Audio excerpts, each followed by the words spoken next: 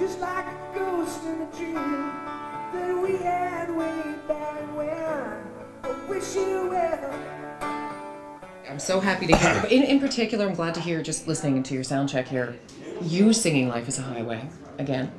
I love the guys from Rascal Flatts. I talked to them about it. Great guys. Hey, they were telling me something about you were going down to Nashville or something after all of this went down. Or is this their wishful thinking? I've been in and out of there. Yeah. Yeah. So I've been on stage with them a couple of times. They're great guys. You know, I think it's a pleasure when you see good people have success, and when they have success with your song, it's real nice. And they're really good guys. They're really down to earth, and so it's good to see them have success with that song. Absolutely, more than success. And I know a lot of Americans think that they're the ones who sang it. That's why I'm offended as a Canadian, because we have claimed this as one of our national anthems, unofficial, of course. They're pretty fair about it. They acknowledge it. And every time I read anything about it, and that it's always acknowledged as Tom Cochrane's song, which actually surprises me. So it's nice. You know, it's nice to see that people recognize that and recognize the songwriter. It's a good, important thing. Absolutely. Now, you've been doing many important things over the past little while. Order of Canada. I mean, you just keep coming back with the touring. Last year, John Mellencamp. Yeah, we had a great time. Kind of like a walk back in time, huh? Yeah, it was. You know, with Kenny. I mean, it's great playing with Kenny. You know, I mean, one thing about what I'm doing right now is that you know, I get a chance to kind of reclaim some of the past in terms of, you know, mending some fences and bridges, and we're probably better friends now than we ever were, and you know, he's one of the greatest musicians I've ever worked with or ever seen. So there's a lot of mutual respect on stage. You know, a lot less testosterone than there was in our younger days, and yeah. So you know, when we butt heads, and you know, but it was tough. You know, when you were on the road for 6 months, 9 months at a time, every time you get close to coming home, and you're looking forward to it, they tack on another tour, and so you know, when you're living and breathing, and you know, living with people 24/7 like you are with a band, there's, you know, things build up after a while. But you know, it's great working with him again, because he's just a great musician, and touring with Mellencamp last year. Yeah, we had a wonderful time. Like it was a month of bliss, you know. I think so. And so it was a lot of fun.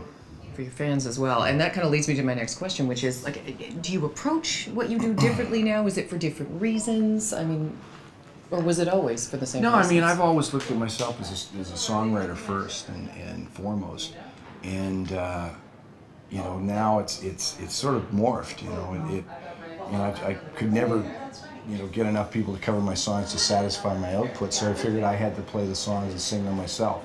And now, you know, I really enjoy performing. I mean, I've got a large body of work, and we just, you know, it's wonderful having people sing your words and sing your lyrics, and it's a real buzz to perform, and I'm quite comfortable with it now. Yeah, for the most part. You still have a bit of, you gotta have that stage fright. You gotta have a little bit of nervousness. You still do? Before you go on. Yeah. You always have to have that. I guess that's true. You gotta have the edge, you know? All right. So. Do you get tired of people asking you if you get tired of singing the same songs over and over again?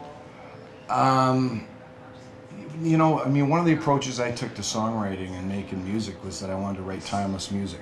And, you know, Life's a Highway proves that. You know, it's a hit again after 12 years or 14 years, whatever it was. And, you know, songs like White Hot, I just enjoy playing, and that was the first hit, and that was released in '79. I was just thinking, we don't hear it enough, but I know it seems like just yesterday. I mean, that was... Yeah. So, I mean, I love playing that song, Lunatic Fringe, and those songs are still, I think, as relevant today as they were when I wrote them and when we performed them as Red Rider, as well as the stuff that, you know, I did on Mad Mad World and that. So that's one thing I set out to do, is try to write timeless music, and you don't always do it, you know, but a lot of times, you know, I hit the mark, I feel, and so I enjoy the songs. It's not like they're period pieces, so. I mean, for some people, they might be. Not at all. Great songs to sing. If there are any that if you only sing 10 songs, are you doing any flying these days? You getting into that more and more now, or? I shot down Bubbles from the Trailer Park Boys in an F-18 a while back. Really? Yeah. I can't believe I didn't read about that. I put some time in an F-18, but I haven't I haven't crashed any 185s lately, but no, I sold my float plane a couple of springs ago, and I sort of miss it sometimes. But I think when you have over 1,000 hours, it starts to become a bit like a job, and it was time, you know. But I do. It's always been in the blood. My dad was a bush pilot, and then later flew jets and that. But so it was something I grew up with. But you know, it was just time to hang it up, hang up the prop. Move on to the next thing. Yeah, the prop is in the spinning thing on the airplane. For those of us who are a little airline challenged. And one last question: who are you listening to these days? Since we're talking about Music Week. And he wrote a song for me. I love the guy. He's a genius. Kevin Drew. We're good buddies. And he wrote a song. He said, "Tom, I got a song. We got to perform it at CMW." And I talked to him the other day, and he said, "Oh, you know, I'm up here in Orangeville recording a song, so I wanted to get together with you." So we didn't connect on that. But I love, long story short, I love Kevin Drew's work. I love Broken Social Scene. I really like Joel Plaskett.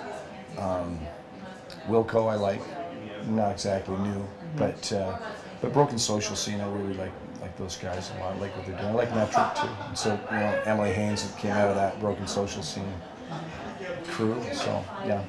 And of course, a lot of talk. Okay, my second last question. That was my second last, my last. A lot of talk this Music Week about the downloading, about the future of music, about. I mean, it's changed so much since you began, and I'm sure a lot of people are asking you your opinion on all of this. What's going on with it, and where is it going? Are artists safe? Well, you know, things have changed. I mean, they've changed in a big way. And I was talking to Alex Lifeson about it, and he said, you know, Tom, we kind of lived through the golden years, and it's tough. I mean, I performed with Broken Social Scene on MTV, and it was, I mean, these kids, like, they amaze me. I mean, you know, Kev's not exactly a kid, but he's a kid to me, and because, you know, my guitar wasn't working. It was 15 seconds before we went on air, and Kevin's running around finding me a guitar chord. He's rummaging through ammo cases, so they do it all. You know, they multitask and they don't complain about it. But I think the advantage, I think when they finally went and toured Europe and went to Asia and stuff, they had a couple of roadies with them. But you know, it's a matter of kind of retooling things, and I think the days of the kind of excess that we had on all levels, which is a good thing, and that's kind of reflected in the financial scene in the world too. But the advantage that a lot of these kids, to get away from that side of it a bit, where, you know, they have to multitask and they're doing it for the love of music. That'll never go away, and people always need music, right? Absolutely. You know, and that's what CMW helps facilitate, and it helps really, you know, showcase younger talent. What the heck I'm doing here tonight, I don't know. Oh, come on. It's about younger talent and focusing on them. But what I think that technology has done, it's enabled a lot of these kids to make contact in different countries. The internet, they're able to network a lot, and it's one thing we didn't have. Right. So they can cross borders without the sanction of record companies. And there were, you know, when we were starting out, you might have support from Canada, the States, and Germany, but a couple of the other countries might have an attitude about it and say, well, you know, we don't want to support Red Rider, we don't want to support Tom Cochrane, or they didn't support our artists when we released. And now they can cross those borders through the internet. The internet breaks down the borders. So from that point of view, I think it's a good thing. And it's gotten back, music's about live again. And that's the way it started. Yeah. And that's the way it kind of should be. And the CD really has become a poster for the tour for most artists. And that's just a reality that we have to deal with a little bit. I mean, you just can't deny it. You know, it's kind of like a leaky boat that you keep bailing. But you know, we get notifications all the time. I mean, people are posting songs on their blogs, so all over the world. So how do you know, police that? I mean, yeah, I think it's intellectual property, and I think, you know, artists should be compensated for that. But again, I think it's really shifted to live and maybe getting attention through your work to get people out to the shows. And that's why you're seeing a lot of really good artists, you know, that you know, aren't hiding behind anything. When they get on stage, a lot of these young artists, they sound great, you know, and they deliver. And you will deliver tonight at the Mod Club. Thank you very much. We will deliver tonight. Thank you. Thanks so much. It's complete. Thank you.